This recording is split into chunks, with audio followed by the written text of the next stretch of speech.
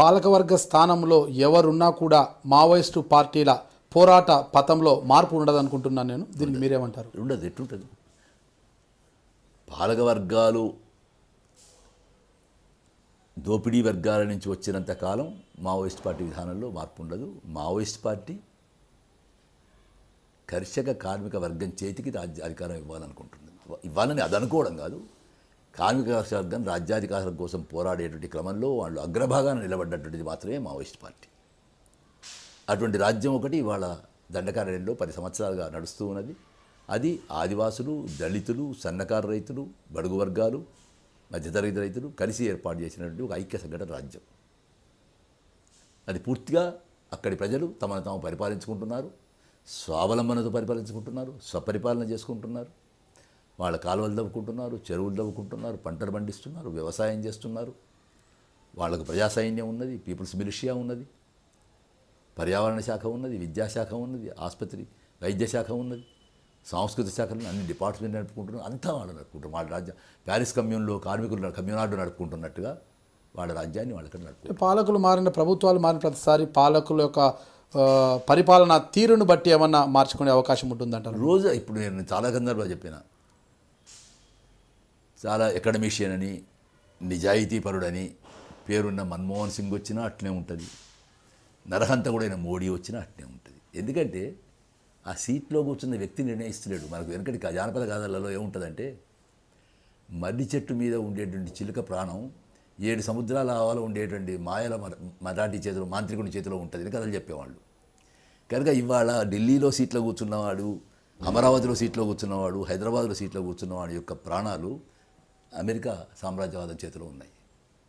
మళ్ళీ ఎవరు వచ్చినా పరిపాలన ఇలాగే ఉన్నప్పుడు ఈ పోరాటాలు అనేది ఎంతవరకు అంటే ఈ ఆస్తిపర వర్గాల నుంచి ఉండేవాడు ఎవడు పాలకులు వచ్చినా ఇట్లే ఉంటుంది. కనుక ఆస్తి లేని వాడు రాజ్యాధికారానికి వచ్చినప్పుడు తలకిందులు అయిపోతుంది. దాని కొరకే ఈ పోరాటం అంతా. ఈ పోరాటం విజయవంతం అయిద్దాం అంటే బానిసలు పోరాటం మొదలుపెట్టినాడు.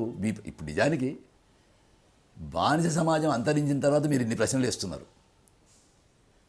బానిస సమాజం నాడు బానిసలుగా ఈ ప్రశ్న వేస్తే ఏం జవాబు చెప్పేటోడు పాపం వాళ్ళు ఏమనుకున్నారంటే, బానిస నన్ను ఇంతకాలం బానిసగా చూడబడి నేను బానిసను కాదు మనిషిని అని చైతన్యం కలగగానే పోరాటం మొదలుపెట్టిండు, గెలిచిండు వాడు.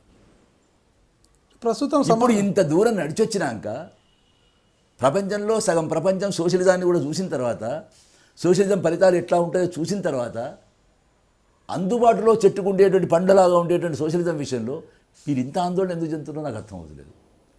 ఎందుకంటే బానిస సమాజం పోయింది, అర్ధ బానిస సమాజం పోయింది, భూస్వామ్య సమాజం పోయింది, పెట్టుబడిదారి సమాజం పోయింది, సోషలిజం వచ్చింది. ఆ సోషలిజం తాత్కాలికంగా అపజయాన్ని పొందిండొచ్చు, కానీ ఇన్ని సమాజాలు చూసి నడిచొచ్చినాం మనం. మానవ నాగరికత ఇంత ముందుకు వెళ్ళిపోయింది. ఇంత ముందుకు వెళ్ళిపోయిన తర్వాత అయ్యో ఎట్లా అనే ఆరాటం ఏమున్నది, ఇంకా చాలా ముందుకు పోతుంది. ఇంకా ముందుకు వెళ్ళి సోషలిస్ట్ సమాజాలు, కమ్యూనిస్ట్ సమాజాలు, వర్గరహిత సమాజాలు ఏర్పడతాయి. ప్రస్తుతం మనం తీసుకుంటే ప్రజల్లో ఈ సమాజంలో మొత్తం ప్రశ్నించే హక్కు, నిలదీసే హక్కు ప్రజల నుంచి ఎక్కువ అయిపోతుంది. ఎక్కువ అవుతుంది కదా, ఒప్పుకుంటున్నారు కదా, ఎక్కువ అవుతుంది. ఇంకేం మరి అదే బలం. అంటే అలాంటప్పుడు ఈ పోరాటాలు ఇంకా కొనసాగాలంటారా? ప్రశ్న పోరాటం యొక్క మొదటి రూపం అండి. ప్రశ్న దగ్గర మొదలవుతుంది, అక్కడి నుంచి ప్రతిఘటన అవుతుంది. ఈ ప్రతిఘటన మేము మొన్న ఎన్టీఆర్ భవన్ ముందు చేసినటువంటి ప్రతిఘటనలాగా ఒక మిలిటెంట్ పోరాటం ప్రతిఘటన అవుతుంది. పీకేఎం ప్రభాకర్ ప్రజాస్వామ్య తెలంగాణ కోసం అటువంటి పోరాటాలు చేసి ఇది చాలదన్నట్టు సాయుధ పోరాటాన్ని ఎంచుకున్నాడు.